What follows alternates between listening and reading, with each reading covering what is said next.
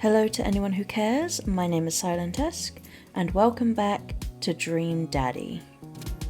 Aw, this chapter's called Amanda Crying, that's really sad. Right. Let's see what's wrong with our daughter. After a long night of very little sleep, I roll out of bed and make myself a pot of coffee. Amanda should be up for school soon. Maybe she'll be willing to talk about whatever's bothering her. About 10 minutes before she's supposed to leave, Amanda comes out of her room and makes a beeline for the freezer.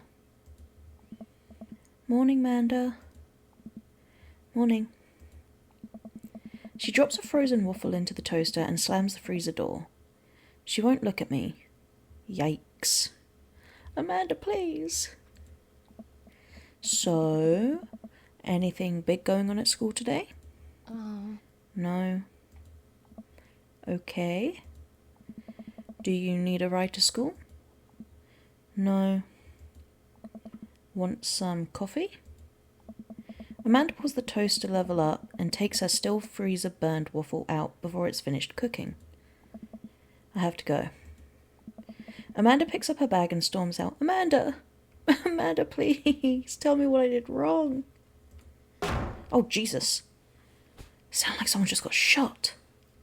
Oh, okay. I haven't seen her act like this in a long time. It's usually short-lived, but it always hurts. Hopefully this blows over and things are back to normal soon. I sit back at the kitchen table and look at a picture of Amanda and I hanging on a wall. In it, I'm teaching her to ride a bike. Her face is a mixture of excitement and pure, unadulterated fear. I remember how determined she was. Every time she would fall off and scrape her knees, she would get back up and try it again. Finally, I had to stop her because she was bleeding everywhere. Then she started to cry because she didn't think she needed bandages and wanted to keep trying. As I put the bike away, she just stood in the middle of the street and screamed. Then I took her for ice cream, and it was like nothing even happened. After giving it a bit of thought, I decide that if I force her to talk about it, I'm only going to make things worse. But I have an idea. I start rummaging around for ingredients. I hear Amanda walk in the door.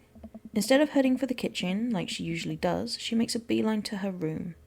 She's clearly trying to avoid me. Hey, Pumpkin? What?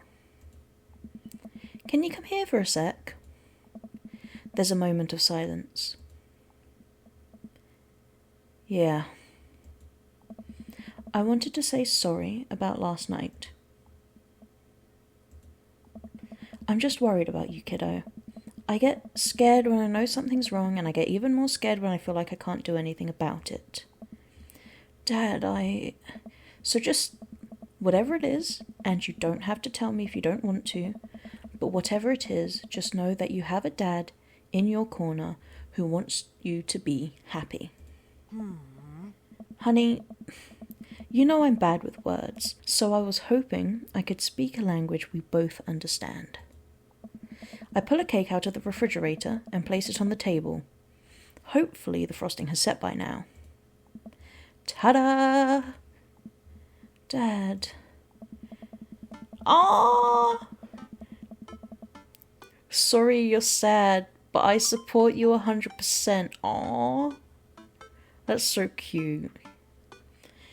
It took me a really long time because I ran out of red frosting somewhere around sad and had to start over, and this is beautiful. Oh, it's strawberry. Amanda gives me a big ol' hug. I grab some plates and forks and serve us up some delicious cake. So, it's really stupid. What is? The whole thing, I know I've been really weird lately and there's just... I don't even know how to explain it. I feel like I might have to make you a chart. I'm listening.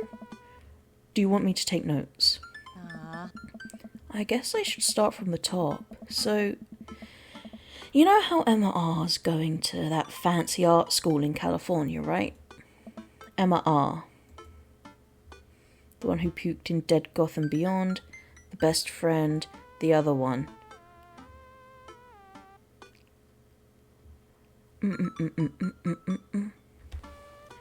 Crap, which one was Emma R?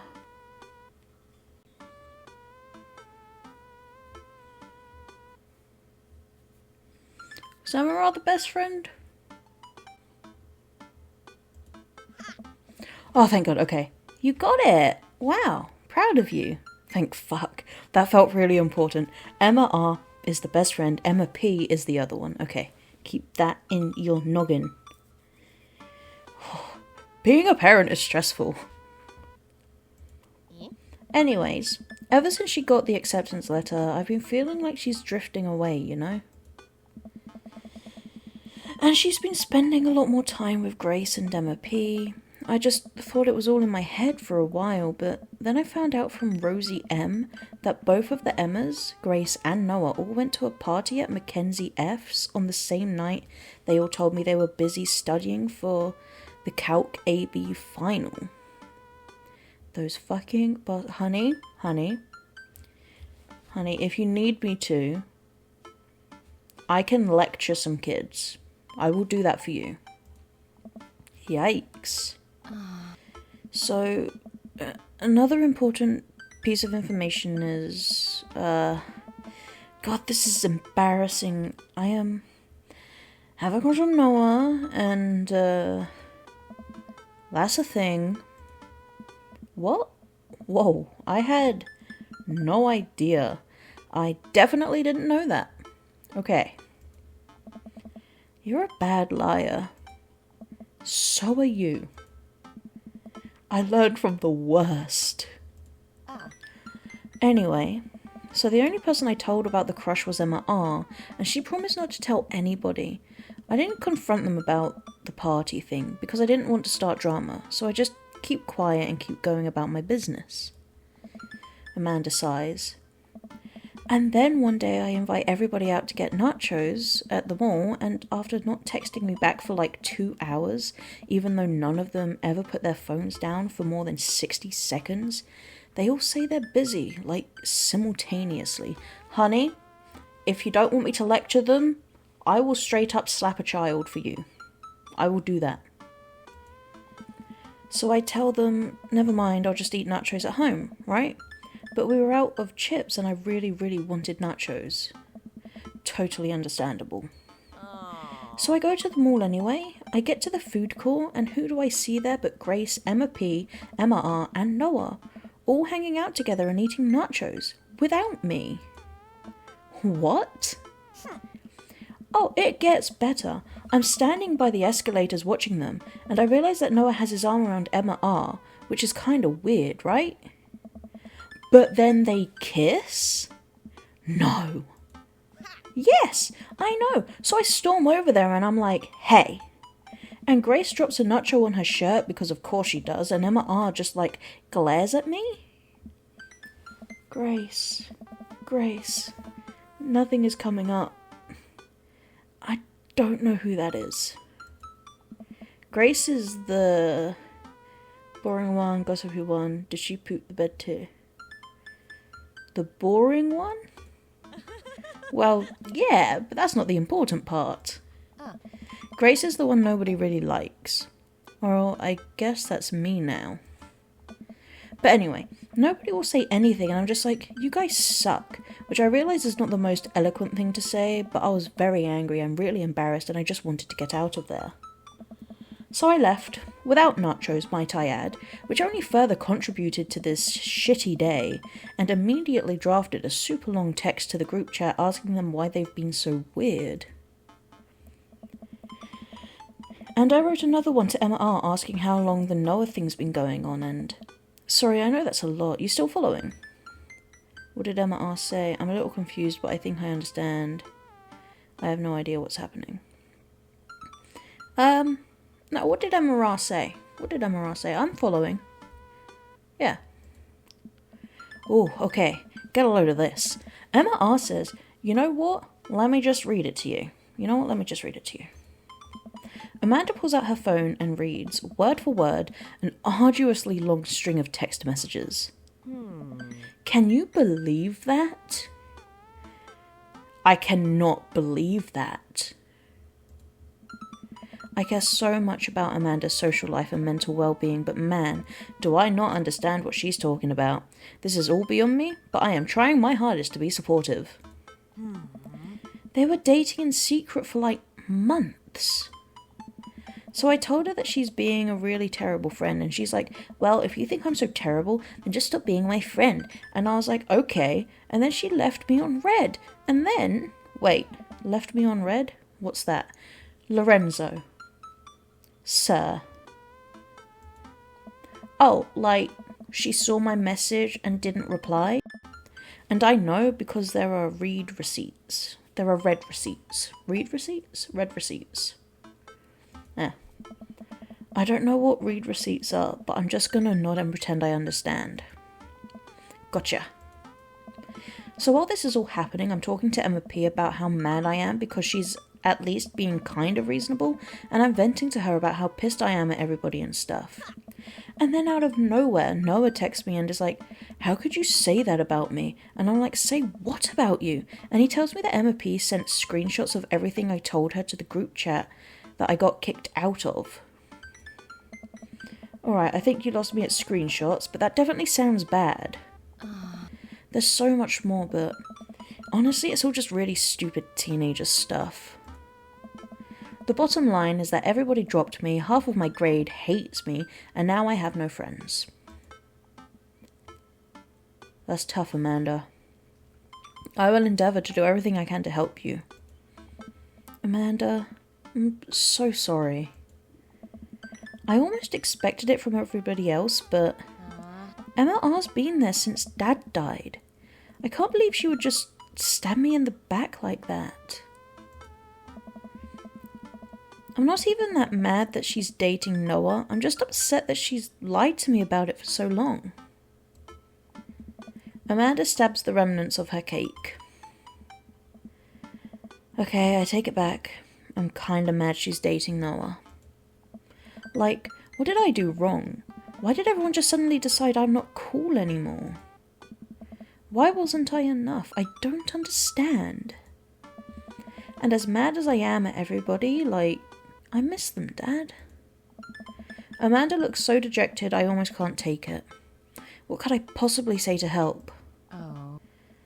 Anyways, that's it. That's the whole sordid tale. Thanks for listening. Tune in next week for more hot gossip. Wow. I know it's pretty dumb. Amanda, it is not dumb. How dare you say such horrid things about how you are feeling? Your emotions are valid. It's not dumb. No, it's a stupid thing to be upset over. It's really not, Amanda. During school life, your whole, social circle is school friends. That is your entire world that is just falling apart around you. And it's a horrible, horrible thing to go through. Amanda, your feelings are real. Don't ever be mad at yourself for having feelings. I guess. Unless you've secretly been a robot who's been approximating human feelings this whole time. Dad, if I was a robot, I would have transformed into a monster truck a long, long time ago. But seriously, I know you probably don't want advice, but I feel like it's my duty as a dad to bestow upon you a few nuggets of father wisdom. Not all friendships last forever. Real friends don't do that. High school sucks. Real friends don't do that. I very much got the whole not all friendships last forever thing. The people you're around in, primary school, secondary school. It was all very much, you're not going to be with these people forever, so don't hang on so hard. Never felt good as advice, in my opinion.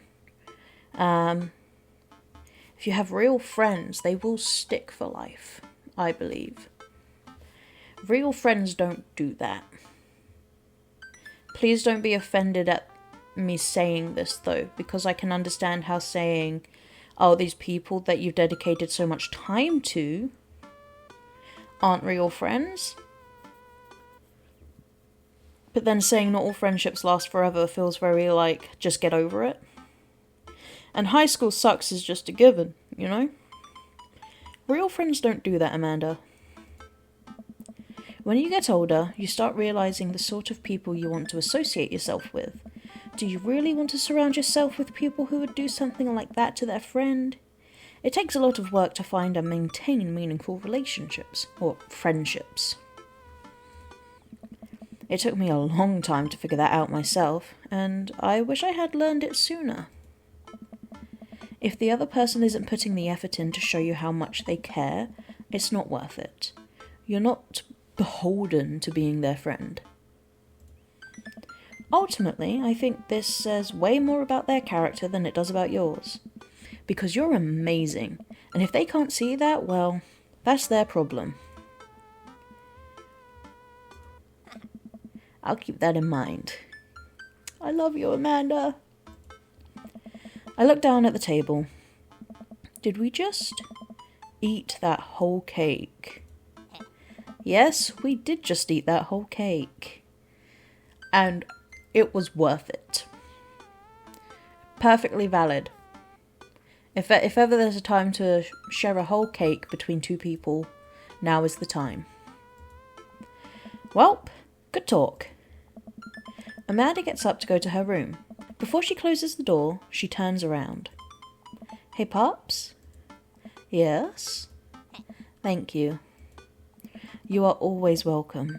Love you, Amanda. I love you too, Dad. Oh! Oh! That's so sweet. Success? That feels like a successful talk. Welcome.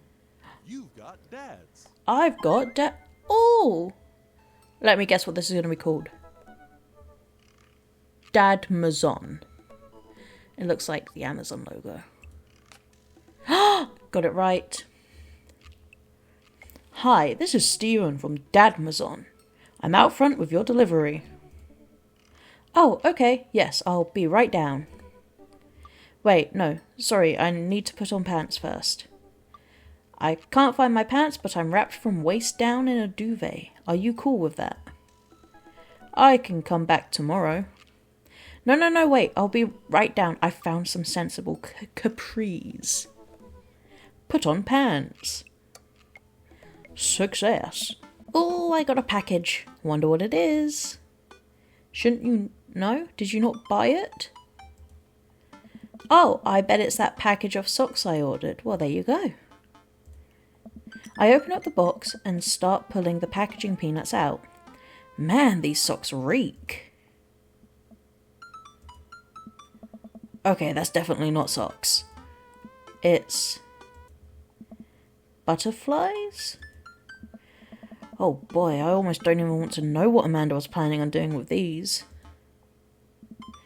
Hey Amanda, your box of dead butterflies is here. What's up? Are you sacrificing them? What? You ordered butterflies? You can order dead butterflies online? Wait, so these aren't yours? No, but I'm definitely ordering some right now. Okay. Love you. I take a look at the box again.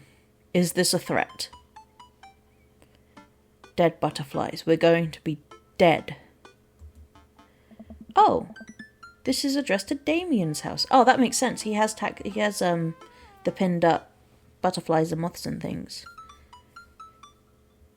Why is it here? We are not Damien's house. Bring the box. Why would I give the box to him? I'm taking the box to Damien. It's addressed to his house. Amanda can order dead butterflies for herself if she wants to, but I'm not going to give her someone else's parcel. Oh, Damien. I should take it over to him. I jog over to Damien's house with the box. I pull back his door knocker, but suddenly the door opens. Mr. Bernardi, To what do I owe the pleasure? Whoa, how did you know I was about to knock? I don't know. Oh, okay. Anyways. I think this got delivered to my house by mistake. He's so cute. I hand him the box and his face lights up. What a wonderful surprise. I was just about to send a strongly worded letter to the courier service about this. Many thanks. Not to pry, but what are you gonna do with those butterflies? Would you like to see? Alarm bells ring in my head. This is how you die, Lorenzo Bernardi. Sure. Throw all caution to the wind. Damien leads me into his study, where he set up some sort of workstation. Above his desk is a wall of pinned butterflies, moths, and beetles. Oh, wow, that's really something, Damien. I'm quite proud of my little collection. You do all of this yourself? Of course. I find it rather relaxing. How do you... It's simple. Here, let me show you. These aren't ready quite yet. They'll need to be rehydrated overnight, so they're easier to work with. I have some over here that are ready to pin. It's like one of those cooking shows where they start making, you know, the dish, and then they already have one that they had been working on before, so that instead of waiting to cook, they just pull out the next one that they had already done, so they can just continue on with the show. That's what that feels like. Damien takes a seat at his desk while I hover behind him. He picks up a little triangular paper package and snips off the edges. He pulls out an all-black butterfly and shows it to me. I'm rather excited about this one. It's a turquoise swallowtail. He gently opens the wings, spreading the butterfly out on the table. The backs of the wings are a gorgeous iridescent green colour. Oh, and the pigment on this one is so nice too. Anyways, pinning a butterfly is actually very simple. It just requires a delicate touch. First, I put a pin through the thorax. Damien slides a pin through the middle of the butterfly and places the butterfly on a piece of styrofoam. He carefully arranges the antenna with forceps and begins placing paper and more pins on and around it. He does this so effortlessly that it's almost hypnotic.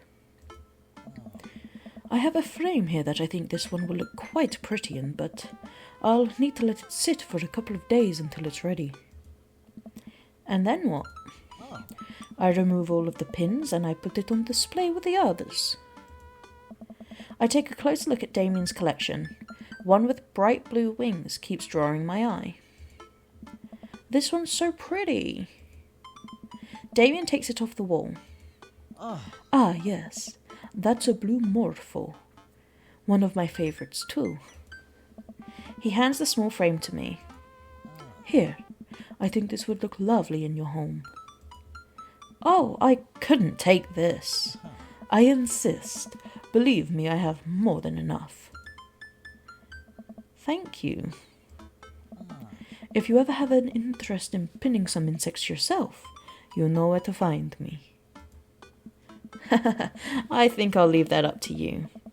I feel like I'd probably break them in half with my butterfingers. Nonsense. You have beautiful, steady hands. You would make a fine taxidermist. Am I blushing? Damien walks me to the door and gives me a warm smile as I leave. Thank you, Damien. Do take care of yourself, Lorenzo. Thank you for allowing me to share my odd little hobby with you. Thank you, Damien. He's so sweet. You've got dads. You've got dads. Okay, now. Let's see. We've got one more date to go with Mr. Damien Bloodmarch. Yeah, see, for an art house horror. What a liar. Right. I think it's about time for date 3 with Mr. Damien. God, he's so pretty. Let us message Mr. Damien Bloodmarch. Oh. You know what they say about third dates? They get pretty serious. You might not have time to browse that book for a while. Are you ready? That feels... like that. That's a very intense message. Interesting. Heck yeah, brother. Save and continue. Okay, we're gonna see where this goes in the next episode. I feel like maybe I've been completely steamrolling through this. Perhaps. Maybe I should spend time with some other dads at some point. But, you know, when I court someone, I kind of want them to be the only person I'm courting in that instance. But, hey, you know, maybe we do another run through where we do all the dads. Who knows? Who knows? But until the next episode, farewell.